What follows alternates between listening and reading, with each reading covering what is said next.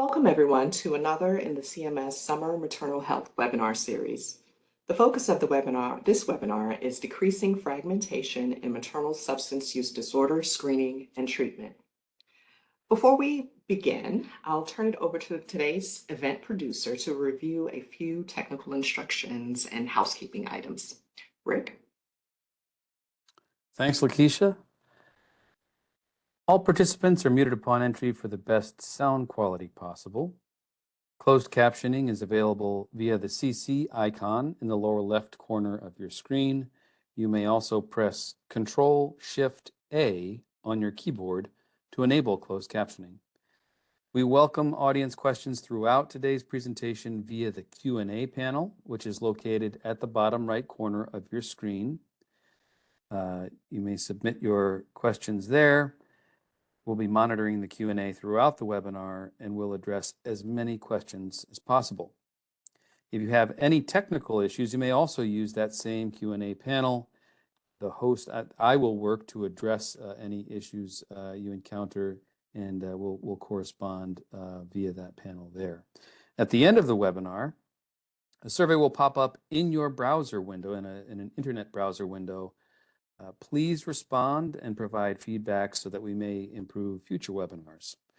We also want to let everybody know that today's webinar is being recorded. We'll send an email to all meeting registrants when the slides and recordings are posted on Medicaid.gov. Next slide, please. Here's an illustration about addressing how you can submit questions and comments throughout today's webinar. Give you a moment to review that. And now I'd like to turn it back over to Lakeisha Daniel Robinson from Mathematica. Lakeisha, back to you. Great, thank you. Kristen Zeikerman from CMS will open today's webinar with the session's objectives and background. Then we will review the scope of the issue and recommended clinical and system strategies, followed by presentations from representatives of Indiana and Maine Medicaid agencies who will discuss their respective state approaches to improve the systems of care for pregnant and postpartum people impacted by substance use disorders. Questions and discussion will follow, so you can begin to submit those questions as you have them using the instructions that Rick just outlined, but we'll reserve time at the end for those responses. I'll now like to turn it over to Kristen Zeikerman from CMCS. Thank you, Lakeisha. Hello, everyone. On behalf of CMS, welcome to our third installment of the Maternal Health Summer Webinar Series. If you're interested in revisiting the previous two webinars, slides and recordings can be found on our Maternal and Infant Health Initiative webpage. We are so happy that you are all here and that there is so much interest in this very important topic, and so glad you could join us because we know you share our passion for improving maternal mental health and SUD and all maternal health outcomes. The objective for today's webinar are to provide an overview of the CMS Maternal and Infant Health Initiative and opportunities to improve maternal health outcomes in Medicaid and CHIP, to describe maternal substance use disorder challenges for individuals covered by Medicaid and CHIP, and our colleagues from Indiana and Maine Medicaid will share some of their state strategies to address maternal SUD. Next slide, please. As a bit of history, as I'm sure many of you have heard on these webinars before, we've launched the Maternal and Infant Health Initiative, or MIHI, in 2014. And now we are 10 years into the initiative, and as you all know, still in the midst of a maternal health crisis. So we are using this summer webinar series, which will be followed by 2 fall affinity groups, to address leading drivers of maternal mortality: mental health and substance use, which is the leading cause of maternal mortality, and maternal hypertension and cardiovascular health, which is the leading cause of Black maternal mortality. And if you're interested in more on this and other demographic utilization and disparities data, I encourage you to check out our Medicaid and CHIP beneficiaries at a glance maternal health infographic, some of those graphics Lakeisha will share later in this presentation. Next slide, please. This graphic represents our life course approach and how addressing maternal health has repercussions beyond any particular pregnancy episode and affects the overall health status of a person. So we like to keep in mind that healthy people make healthier pregnant people and postpartum people, and likewise improved outcomes for pregnant and postpartum people go on to be improved health outcomes for people in the long run. And now I will hand it back to Lakeisha. Thank you. Thanks, Kristen. So now we'll dive into some of that data that Kristen mentioned. Next slide, please. We start with a brief review of the leading causes of pregnancy-related deaths as identified through maternal mortality review data in 36 states. Of note here is that the top cause of death for Hispanic, Latino, and white groups are behavioral health conditions, which include mental health and substance use disorder. These conditions may, of course, co-occur, so there is a significant opportunity to address how we care for people during this vulnerable time and to minimize the loss and devastation on impacted families. This slide does not include very specific data for some population groups because of low numbers, so some of that information was suppressed rather, because of statistical reliability and data quality. Next slide. Here we present information on the beneficiaries of reproductive age and Medicaid and CHIP who self-report the use of substance use disorder during the past year. So you can see, and it's broken down by adults as well as adolescents, and then total rates.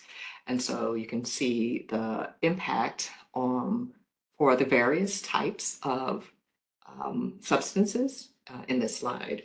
So we have illicit drugs and, a little less in terms of alcohol use disorder, but certainly still seeing an impact. Next slide.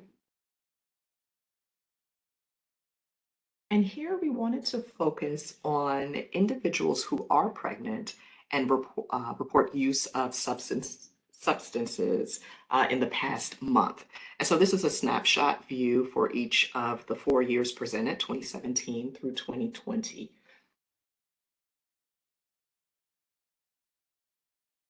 Among illicit drug use, marijuana use is increasing.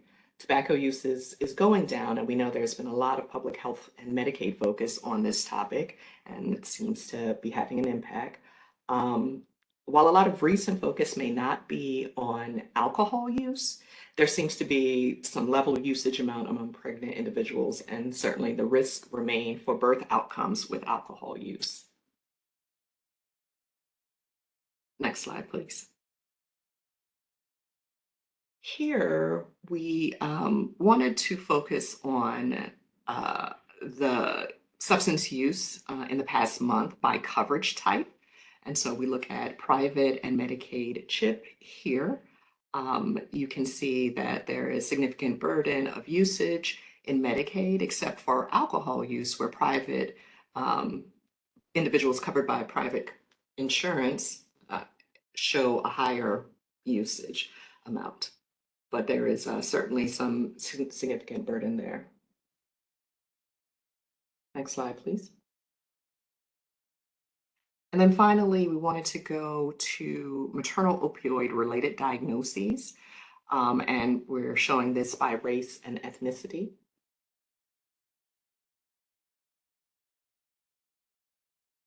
The use of substances affect all race and ethnic groups.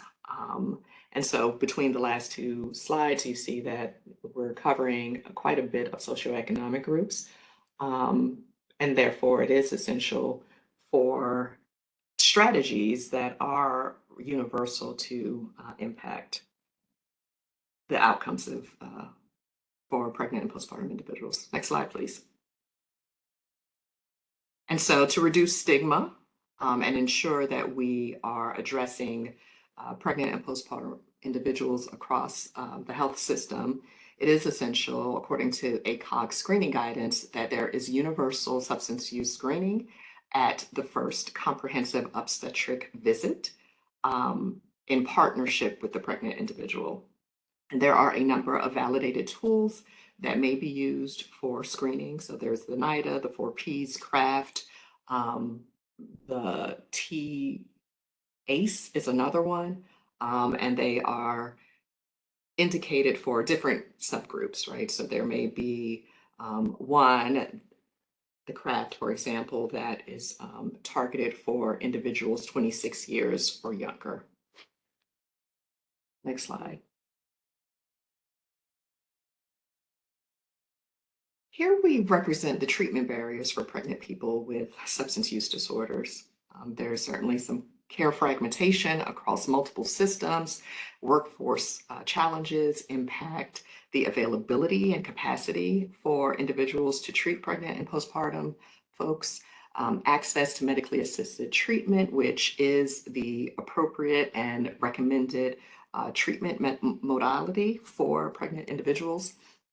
And then there is a lack of some of the specialized and prioritized support services and resources. So during the next part of today's webinar, we will hear from states who will share how they are addressing some of these barriers and attempting to reduce the fragmentation within their states for care for maternal substance use disorders. I'd now like to turn it to Elizabeth Wall from Indiana Family and Social Services Administration. Elizabeth? Thank you, Lakeisha. Next slide, please. Thank you for having me today. I am happy to share some of Indiana's key strategies for improving care coordination and removing barriers. Next slide. So this graphic comes from our latest maternal mortality report, and you can see that substance use and overdose is the #1 contributing factor to maternal deaths in our state. And many of these deaths include mothers who were Medicaid beneficiaries. Given this data, we knew we had to do more in our state. Next slide. In 2020, Indiana was one of 10 original states to be awarded the Maternal Opioid Misuse Mom Model Funds to improve outcomes for mothers and infants impacted by the opioid epidemic. I want to acknowledge our funders and note that this presentation reflects Indiana's experience with the CMMI Mom Model and is not representative of the model as a whole. Next slide, please. So here in Indiana, we used the Mom Model funds to establish the Indiana Pregnancy Promise Program. PROMISE is an acronym for Promoting Recovery from Opioid Use, Maternal Infant Support and Engagement. This is a free voluntary program available statewide for pregnant Medicaid members who have current or past opioid use. Enrollees receive enhanced case management and care coordination services from a Pregnancy Promise Program case manager through their Medicaid health plan, which we refer to as managed care entities, MCEs, or MCOs. You can see the goals of the program here on the slide, and I'll talk more about what this looks like in practice in just a minute. Next slide, please. The 3 eligibility criteria for the program are that individuals must be pregnant or within 90 days of the end of their pregnancy to enroll in the program. They must identify as having current or previous opioid use, and they must be eligible for or receiving Medicaid health coverage. Next slide, please. So the Indiana Medicaid health plans already had the infrastructure in place to offer case management programs and services to Medicaid members. However, the federal Mom Model funds allowed Indiana to enhance case management and care coordination services for this population.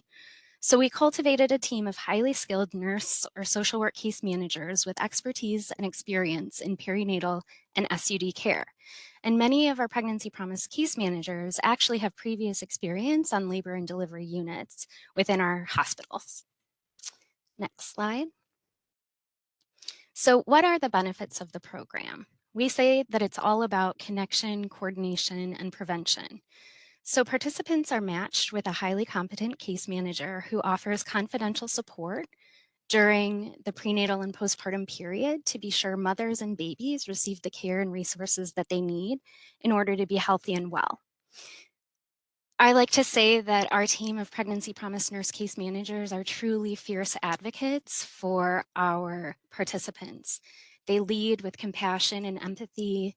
Our team takes a trauma-informed approach. We use harm reduction strategies. We employ motivational interviewing skills. I can't speak highly enough of the team of statewide Pregnancy Promise case managers. Our case managers also work with participants in their team of physicians and other family support providers to coordinate care and identify community resources. So when we're engaging with participants, the conversations include, okay, I see on Monday you have an appointment with your OB for prenatal care visit. On Tuesday, you have an appointment with the community mental health center.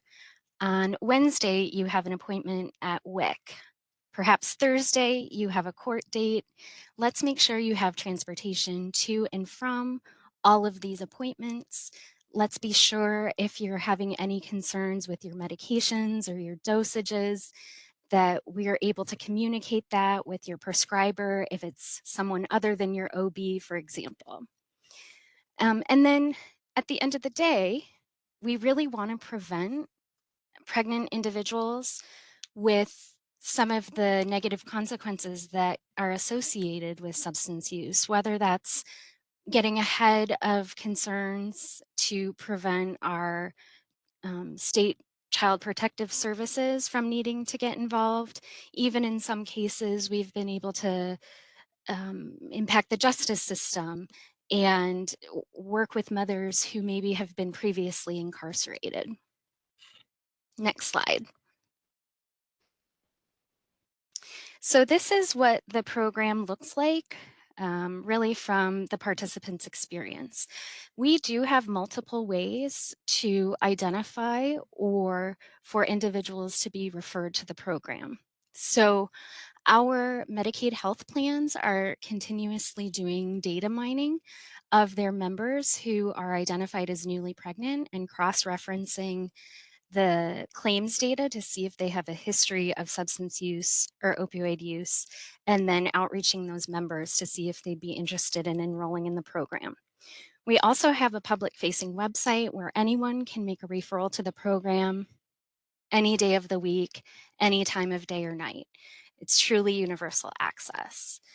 So once an individual has been identified or referred, our team begins outreach to see if they would be interested in participating in the program.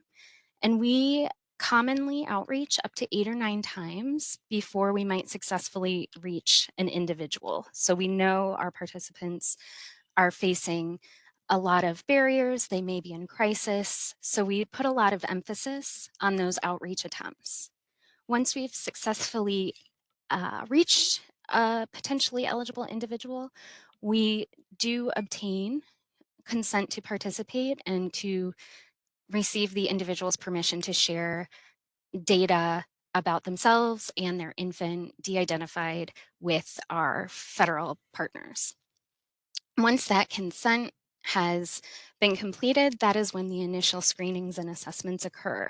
And it is the Pregnancy Promise case managers who are administering verbal screening. So we use the 5 Ps for substance use, alcohol, and tobacco use. We use the Edinburgh or the PHQ-9 for depression, the GAD-7 for anxiety, and the CMS, Accountable Health Communities, health-related social needs screening tools upon enrollment. So these comprehensive screenings help our team to develop a very individualized care plan with the participants' goals around substance use treatment, mental health care, parenting goals, employment, and other goals that they may have for themselves and their family. After that care plan is written, our Pregnancy Promise nurse case manager is reaching out frequently throughout the prenatal and postpartum period to ensure that our member is getting the care that they need and getting the resources to help them be successful, whether that's ensuring they have transportation, addressing any food insecurity, those types of things. The interaction may be by phone, it may be in person, it may be through a virtual platform. And an important component of what we offer is parent education. So our pregnancy promise case managers are versed in tobacco cessation interventions, infant safe sleep practices, lactation support as some examples. And it is important throughout the pregnancy and postpartum period that we are continuously reassessing and repeating the screenings to understand how a family's needs have changed or address any crises that may come up and make referrals as needed and help the families acquire resources as needed. And I want to say we really do take a dyadic approach. The case management and care coordination, it's one nurse case manager for both the mother and the infant through 12 months postpartum. So we are also helping to coordinate the infant's needs as well, whether that's referrals to a pediatric specialist or Part C early intervention or whatever the infant might need, ensuring that they also have a pediatric medical home. And because we know that the program is going to end at 12 months postpartum, we're always planning ahead for program exit, ensuring a warm handoff, and ensuring that the mother and infant are connected with other programs and resources after that first year so that families do not experience a service or support cliff. And I really want to emphasize that because the stakes are so high, we know that this really is about saving lives. We have no policies, 3 strikes, you're out policies. So if we do have a member who perhaps hasn't been able to be successfully reached by phone or in person, we work that much harder to re-engage them and make sure they're okay and make sure they're getting back into care and back into the treatment and recovery services and supports that they need. Next slide. So I wanted to just note the infrastructure that we have in place that has really helped us drive results. And the enhanced case management practices, the dyadic approach, the support for mother and baby through 12 months postpartum, the in-person visits, the emphasis on outreach and screening has been key. And all of these enhanced case management practices are laid out in a program manual for our MCE partners to follow and consistently implement. We have had amazing collaboration across our Medicaid health plans. Through this initiative, we are all united behind a common mission to improve outcomes for mothers and infants and really function as one statewide Indiana Pregnancy Promise Program team. We participate in joint meetings together. Our Indiana Medicaid Administration and our MCE partners. We participate in trainings, professional development. We share successes, challenges, de-identified case presentations. So it's been a true collaboration. Also, we have created a statewide outreach campaign. We've created partnerships with other state agencies. We have 92 counties in Indiana.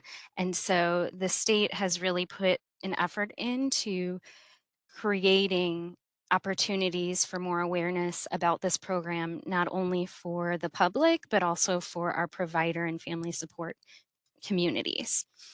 I mentioned we have a public-facing website and an online referral platform. We receive dozens of referrals every week. We've received, since launching the program in July of 2021, thousands of individuals who have self-referred to the program through the website. It is mobile phone friendly. It takes about 2 to 3 minutes to complete that online referral. And again, really has created universal equitable access. We also have an online data collection platform that our partners enter data in real time at point of care. And that data collection platform feeds daily dashboards. So as the program administrator, myself and my team can see up-to-date real-time information about how many mothers have enrolled in this program, how many infants are born to date, how many of our participants have gotten to that important postpartum follow-up care, that type of thing. We also have a really exciting policy in place with our Office of Childcare that oversees the CCDF funds. And they have agreed that for participants in our program, in order to access those childcare vouchers, all of their treatment and recovery and healthcare needs are considered the service need for childcare, whereas typically employment or education would be the service need for those childcare funds. And then finally, we are advised and guided by a statewide steering committee made up of individuals with lived experience, state agency representatives, Indiana Recovery Network, Indiana Minority Health Coalition, and many, many other key stakeholders. So next slide. I just want to point out that our program has grown in the last 3 years. We are up to almost 900 enrollees across the state of Indiana. We are very encouraged by the fact that we are improving enrollment rates among mothers from diverse racial and ethnic backgrounds. We are well aware of the existing disparities in maternal and infant outcomes and are going in the right direction in terms of program participation. So next slide. So very quickly, just I want to feature a few key outcomes that we're seeing so far with this program. I apologize, the infant outcomes are not listed on this slide, but I'll just mention, you can see we have high rates of mothers who are currently being prescribed medications to treat opioid use disorder. We have very high rates of mothers who have sustained recovery through that 12-month postpartum period with no reported return to use or relapse. We have very high rates of mothers and infants who are being discharged home from the hospital following labor and delivery without our Department of Child Services needing to step in for safety concerns. We have about 80% of infants born at a healthy birth weight, about 75% of infants that have that typical hospital stay to monitor for signs and symptoms of neonatal abstinence syndrome, but the majority of our infants are avoiding a lengthy NICU stay. And I want to just note, any loss of life is too much when it comes to these issues, and the fact that we have such high survival rates, noting that it's very, very rare that participants in this program experience loss of life during pregnancy or the postpartum period, all while managing multiple co-occurring mental health conditions in addition to substance use disorder. So next slide, and I just want to end by saying that we hear stories from participants all the time telling us that if you had told me 14 months ago I would be in recovery, parenting a healthy infant, have my own apartment, have employment, and be reunified with my older children who are in foster care, I never would have believed it was possible. But through these relationships with the Pregnancy Promise Program and the case managers who believe in the mothers, they really have improved their own health and well-being as well as that of their family. And Lakeisha, that is all I have. I apologize if I went over time, but I will turn it back to you. No, this is great. And the enrollee testimonies really are a testament to the value of the program. Just as a reminder, the slides will be available, so you will have the opportunity to review those testimonies, when the slides are posted within a couple of weeks. So now I'd like to turn to our team from Maine, so Lisa Tuttle and Maggie Jensen of the Office of Maine Care Services. Thank you. Thank you so much. This is Lisa Tuttle, and I am the Maine Mom Program Manager here in our Maine Medicaid office. We call that Maine Care. And just a couple of quick, we are also a Maine Mom CMS, CMMI funded program, and we really love what Indiana's doing. So it was great to have Elizabeth go first. We are grateful to CMS and CMMI for the work that I'm about to tell you about that we've been able to do in Maine Mom. You can go to the next slide. I'm just going to quickly, while you're doing that, give you an overview of Maine.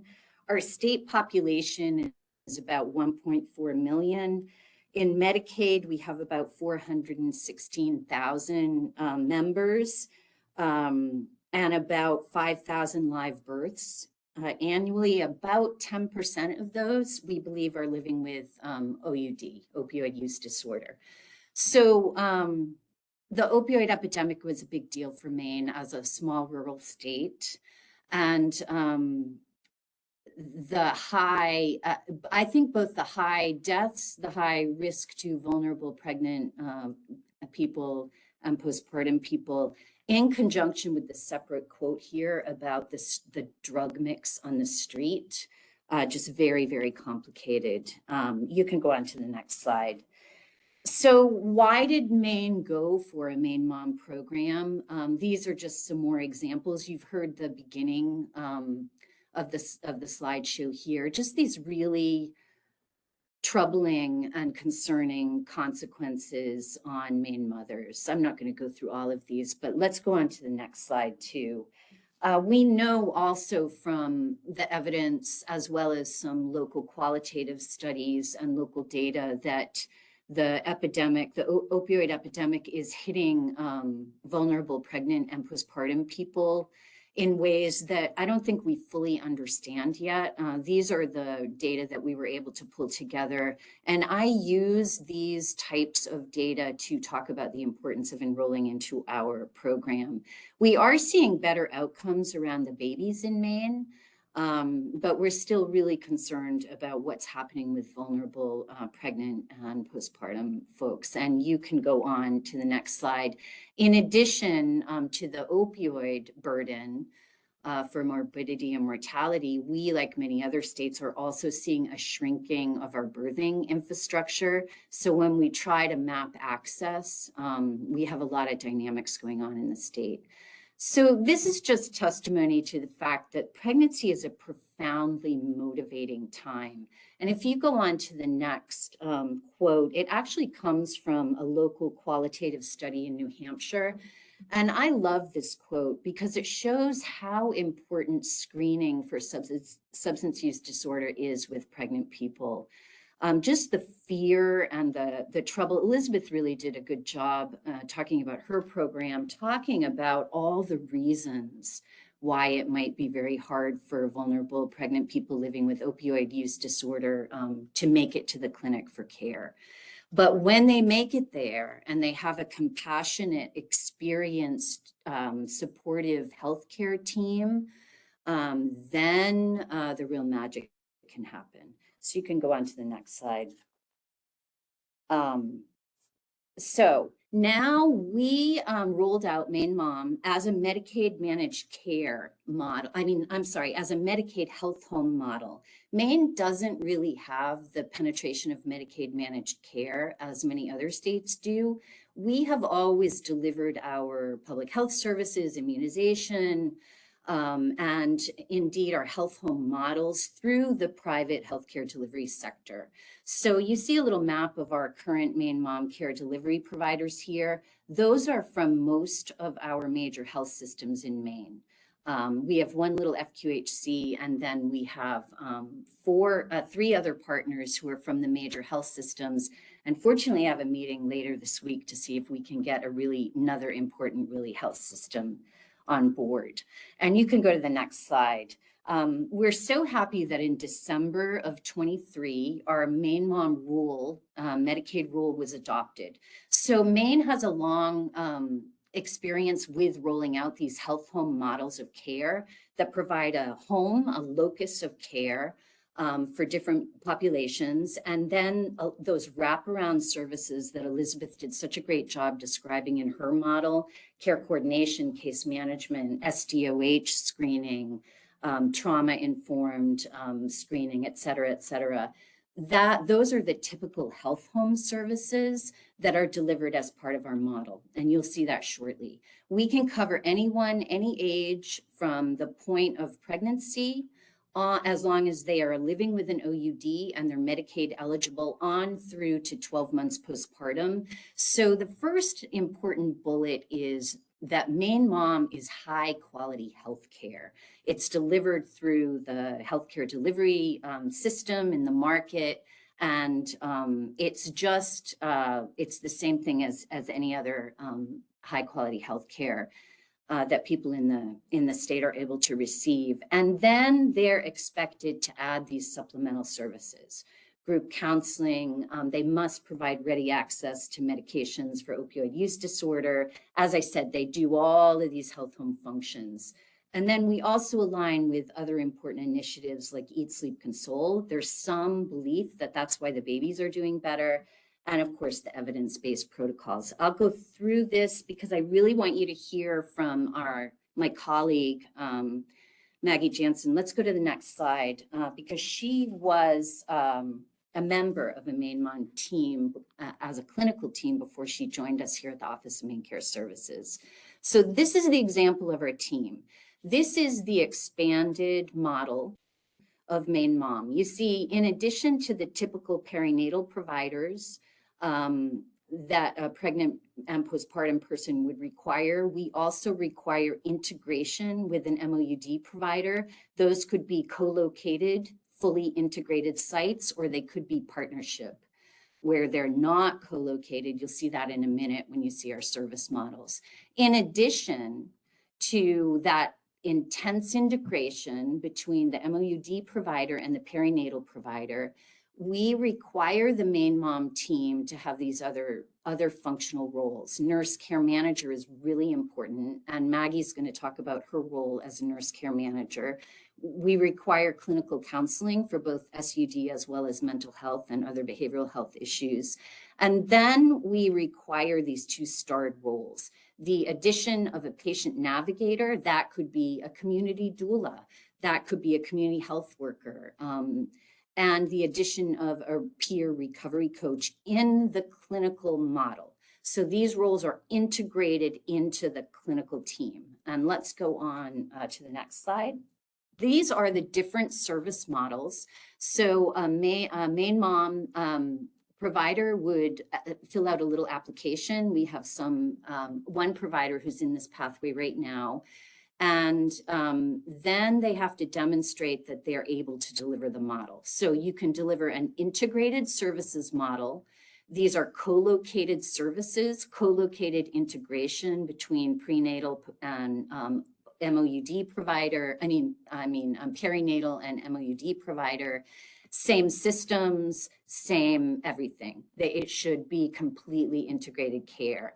You could deliver it in a partnership model where the opioid use treatment provider is the key provider, and they develop a formal relationship with prenatal and perinatal care to deliver the perinatal services. They still must have shared electronic care planning. They have to accomplish all of the shared services, but in this model, the locus of control is with the MOUD provider. And then in the final model, the perinatal navigation services, that's kind of like the beautiful model that Elizabeth described. This would be just those health home services, coordination, care management, screening, etc.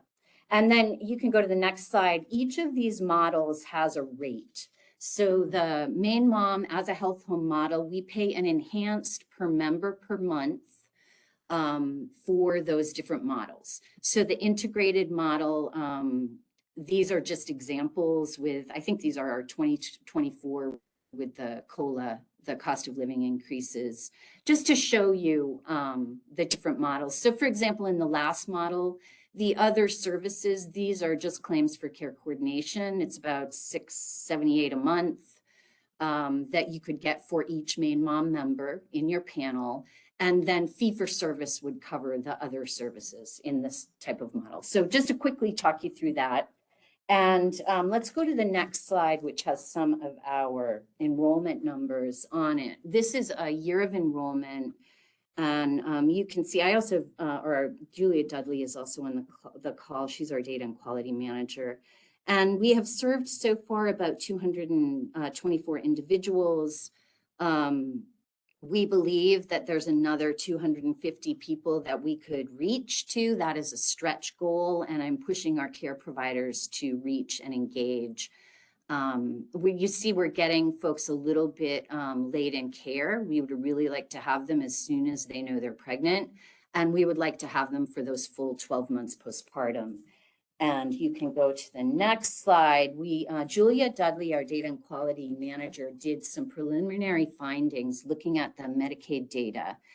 And it's looking promising for the mom model in our state.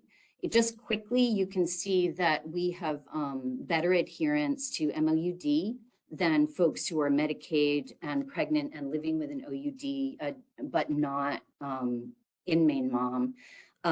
We have better outcomes with folks who are able to engage during pregnancy than those who are not in the model and those who engage postpartum.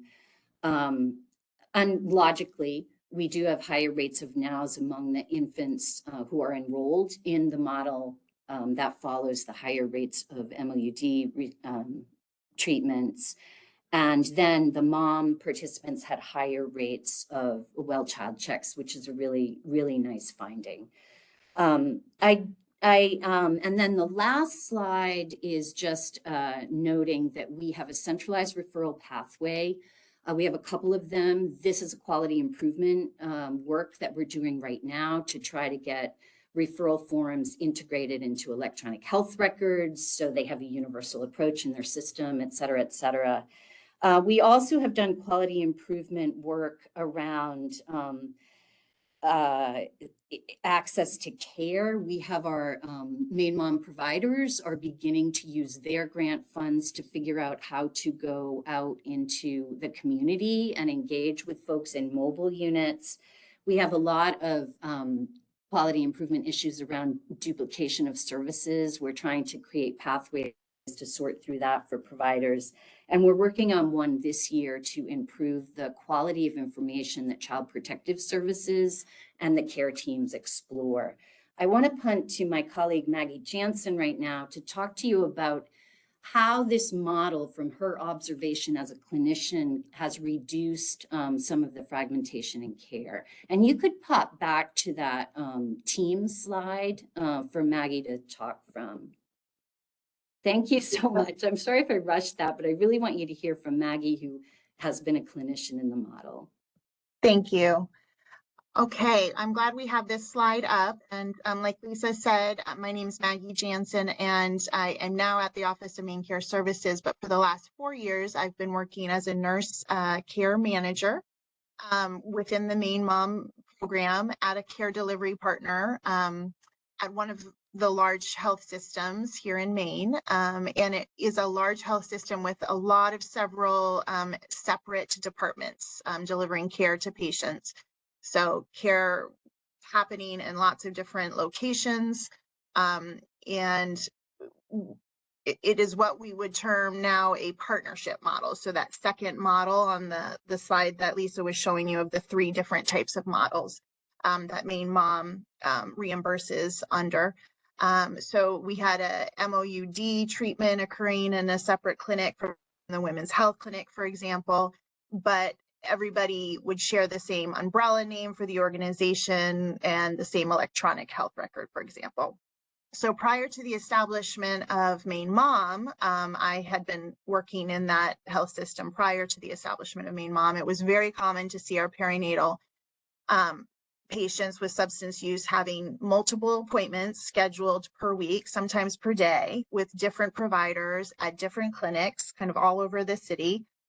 Those, of course, were very often Medicaid patients who were already struggling daily to find reliable childcare, transportation, housing. And all of this was creating a heavy load on our Medicaid-funded transportation system. There were many cancellations, no-shows, and missed appointments. And there was just an increased strain and stress on patients and on the providers as a whole. We also were seeing fragmentation and inconsistency of just medical messages received during care. For example, as a lot of you know, many pregnant people complain of constipation as a very common symptom of pregnancy. And also, constipation is a common side effect of patients on buprenorphine, so a common MOUD.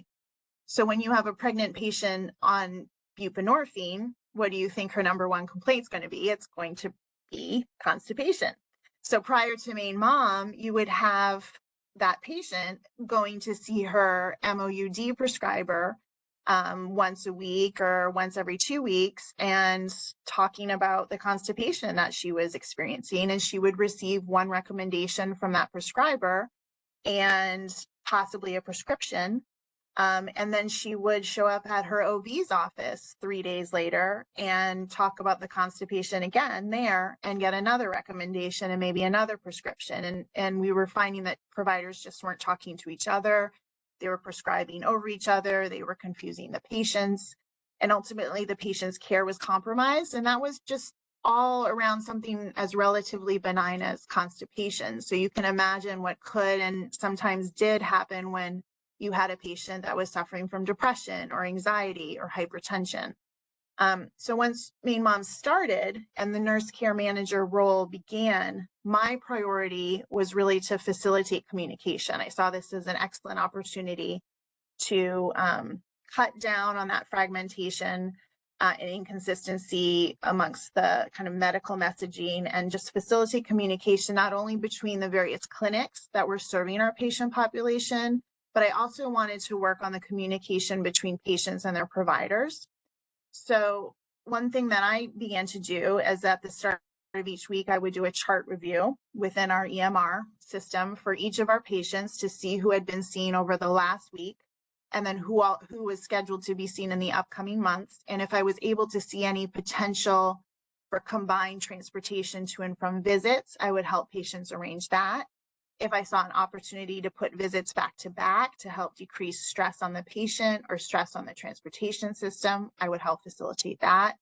I also began convening monthly case review meetings between our MOUD provider staff and the women's health staff to discuss care of mutual patients with complex medical and particularly social needs to take better care of them. And that seemed to really reduce a lot of the stress, not only on the patients, but for the providers. And then besides facilitating communication between clinics, I found that working as the nurse care manager was also very much about establishing a meaningful and trusting relationship with the patient. Because the patient, you're going to be who the patient sees the most. Even though they're seeing the providers on a regular basis, it can be a different provider sometimes. And oftentimes that provider they're seeing for a 15-minute period. But we as the nurse care manager get to see them quite a bit more and more frequently. And so I was able to help create a connection between the patients and their providers as a result. And I did that not only in the clinic, but also with frequent phone calls between visits to check in. I did troubleshooting issues for them. I kind of acted, I like to say, as their own personal bulldozer in some ways. So when issues came up with pharmacies or insurance or transportation, I would help troubleshoot those. I also acted as a sounding board for personal issues that would come up for those patients. Then I would pass that along to the providers. So for example, I can't tell you how many of my patients I got started on contraception because they disclosed to me first that they were starting a new relationship, 6 months postpartum.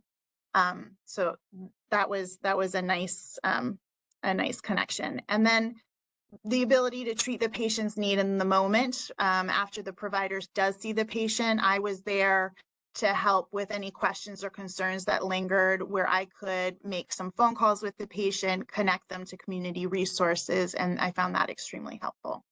So I know we're running out of time, and that will be it for me now. I will hand it back to the organizer so we can start taking some questions. Thank you. Yes, and a number of questions have come in. We'll try to address as many as we can. I'll start with a couple that came in for Indiana. One, you mentioned the centralized referral platform, rather. Could you say more about how the referrals are disseminated to the appropriate health plan? Sure. So the referral platform essentially was created within the Indiana Medicaid organization. And so we get an immediate alert when a referral has been submitted. So we are then able to check in the Medicaid data system, does this individual who submitted a referral already have Medicaid coverage, and are they already assigned to one of our MCE partners? And if yes, then we push that referral right over to the MCE partner. If they do not yet have Medicaid coverage, I have a team member who's a licensed insurance navigator who walks them through that pregnancy Medicaid application. And then when they're assigned to a Medicaid health plan, we send that referral to the corresponding team. Thank you. As a testament to the programs that you both are running, there's a question that came in that started with a compliment. Your programs are amazing. How are you thinking about services for mental health conditions in the mothers that you are treating, and are you billing, receiving funding for these services? Maybe we can start with Maine for this one. Mental health treatment is in our rule. It's a required part. Access to mental health treatment is a required part of our model. That would, I believe, go under fee-for-service in Maine Care with this model, but they must provide access to it. And then, as I said before, the health home model and those wraparound services really do have a lot of screening and referral requirements for a whole bunch of different conditions. Excellent, thank you. Let me go back to Indiana for a question about how you're managing the fear of involvement with Child Protective Services and, the potential engagement, commitment, and participation in the program. Right. So for context, here in Indiana, our Child Protective Services agency does not become involved during the prenatal period. So within our program, we have the ability to create a prenatal plan of safe care where we're really working with the mom on relapse prevention, maintaining OUD treatment, getting that important behavioral health care, working with a certified peer recovery coach. And we're documenting all of that in a care plan throughout the prenatal period and encouraging mom to bring that plan with her to the hospital for labor and delivery so that in the event that and our hospitals have slightly different policies around testing moms and newborns for substances, and then slightly varying policies for making a report to DCS. We really encourage the parent, in the event those things occur, and in some cases, a report is made if a parent is taking prescribed medication such as methadone or buprenorphine.